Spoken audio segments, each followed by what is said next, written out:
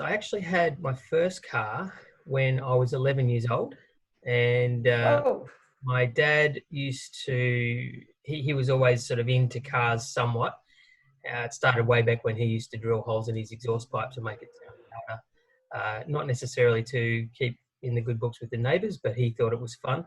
And then as time went on, when I was about 10 or 11, he was buying cars from the local council, would collect cars off the street that were unregistered or whatever. And then every 6 months they would have an auction.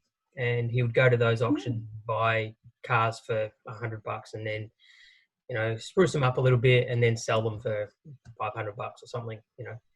And he went along one day and there was this old Holden and he said, you want to have a car now? Like you can get it and pull it apart. I think I might have even said to him, I want to pull a car apart and learn about it.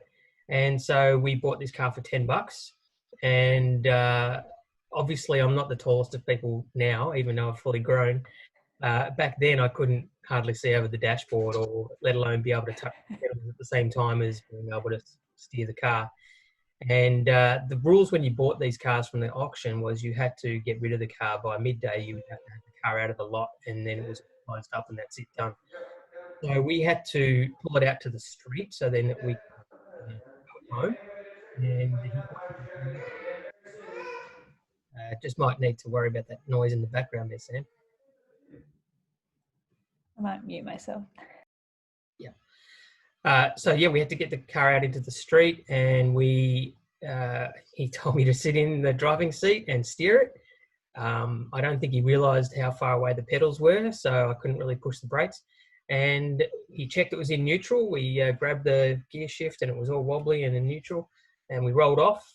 He had his car pulling on with a rope. And the next thing you knew, it jump started because it was actually in gear. The gear shift was so loose and wobbly that it was actually in first gear when we thought it was in neutral. So all of a sudden I'm driving a car and without being able to reach the pedals properly. And luckily it was slow enough speed, but I did bump into the back of the dad's car. I did reach the pedals. I kind of was standing on the floor, holding the steering wheel and negotiating my way around that to stand on the brake pedal as well. And that sort of turned into a car that I did pull apart, but we realised it actually drove. So it became something we were going to tidy up a bit and sell. And so I did sell that for about $110, I think it was. I might have made $100 on it, and thought at 11 years old, I thought I was such an entrepreneur. And I thought, how good is cars? I'm going to make heaps of money out of cars. I realised not too long after that it goes the other way. Cars are just used to take money away from you, not make money for you. So that was my first car that I owned. The first car that I actually owned to drive, that was a little old Toyota Corona, a 1972 model Toyota Corona. It got driven like whatever was broken on it, I just kept driving it. I remember once I was parking it in Moonee Ponds and I went just to reverse park and then straighten up. And the brakes I was only rolling forward to straighten up in a car spot, but the brakes just went to the floor. And I ran into the car ahead of me, into its tow bar. It didn't do any damage to either car, but the guy was sitting in his van in front of me having a coffee, and it went all over him, and he was a bit annoyed at that. But when he realised that the brakes had failed, he understood. The gearbox, it was an automatic transmission, and it had the transmission fluid leaking out of it just like a sieve. It was just fluid coming out every time I'd drive it, and had to just keep topping it up.